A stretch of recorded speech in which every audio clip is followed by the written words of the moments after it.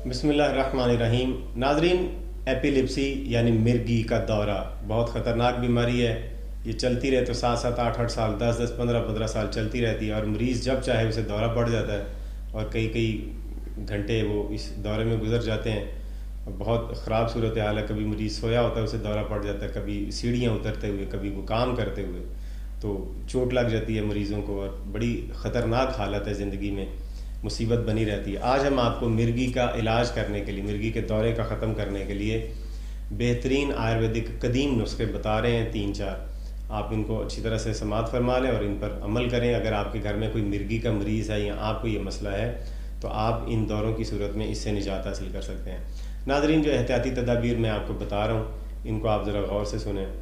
मिर्गी दिमागी मसला है, सेंट्रल नर्वस सिस्टम का मसला है, लिहाजा इसके लिए जो दवाइयाँ बाज़ार से हम केमिकल वाली खाते हैं तो वो मिर्गी के मसले को बढ़ाने का काम करती हैं, उससे इलाज नहीं होता।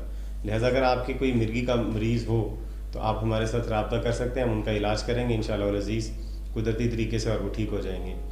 और अगर आपके मरीज़ घर में हैं, आपके किसी को मिर्गी का मसला है, तो ये जो तरीके हम बता रहे हैं, जब भी कभी कोई दौरा पड़े आपके मरीज़ को, तो उस सूरत में आपने ये अमल करना है जो आज हम आपको बता रहे हैं, तो आप दौरे से फौरी तौर पर निजात हासिल कर लेंगे। और इन पर में से कुछ नुस्खे ऐसे हैं कि अगर आप उनके ऊपर मुस्तकिल अमल करते रहे तो मिर्गी के मर्ज़ से निजात भी मिल सकती है। लिहाजा सबसे पहले आपने क्या करना है, शरीफा जो एक फल है वो ले लेना है। उसके बीज, कुछ बीज उसके निकाल के दहकते हुए कोयलों पर रखें। जब उनमें से धुआं निकलना शुरू हो जाए तो वो आप धुआं मरीज़ को सूंघाएंगे तो मिर्गी का दौरा फौरी तौर पे ख़त्म हो जाएगा। लिहाजा शरीफे के बीज आप घर में रख लें।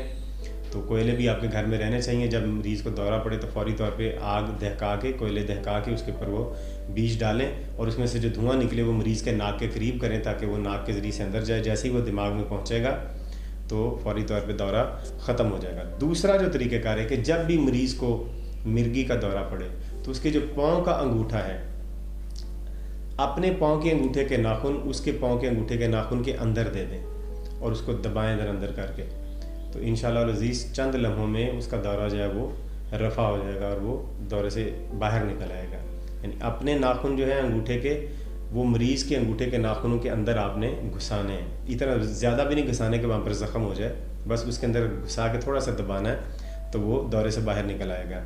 इससे अगला काम जो आपने करना है वो ये है कि पोस्त रेठा, यानी रेठे का जो छिलका होता है ऊपर से, इसको सुखा के अच्छी तरह से पीस लें।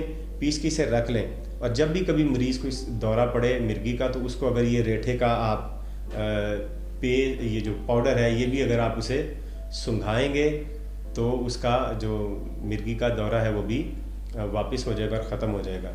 अगला जो तरीक़ेकार है वो कि सफ़ेद प्याज का रस, सफ़ेद प्याज का पानी निकाल लें। सफ़ेद प्याज का पानी दौरे की हालत में मरीज़ को सुंघाएं या उसकी आंखों में सुरमा लगाएं इसका, तो वो भी दौरे से बाहर निकल आएगा। और अगर इसको मुसलसल किया जाए तो फिर आहिस्ता आहिस्ता दौरा बंद भी होता रहता है। कभी हर दिन में एक आध बार वो प्याज का पानी सुंघा दिया करें निकाल कर, आंखों में सुरमा भी डाल दिया करें, तो उस सफ़ेद प्याज के पानी के असर से मरीज़ का दौरा ख़त्म हो जाएगा। उम्मीद करते हैं कि आप इन नुस्खों पर अमल करेंगे और अपने मरीज़ के लिए आप शिफा का सामान मुहैया करेंगे। वीडियो को लाइक कीजिए, चैनल को सब्सक्राइब कर दीजिए, बेल का बटन दबा के ऑल नोटिफिकेशन को प्रेस कर दें ताकि हर वीडियो का नोटिफिकेशन आपको मिल सके। अगली वीडियो तक हमें इजाज़त दीजिए। खुदा हाफिज़।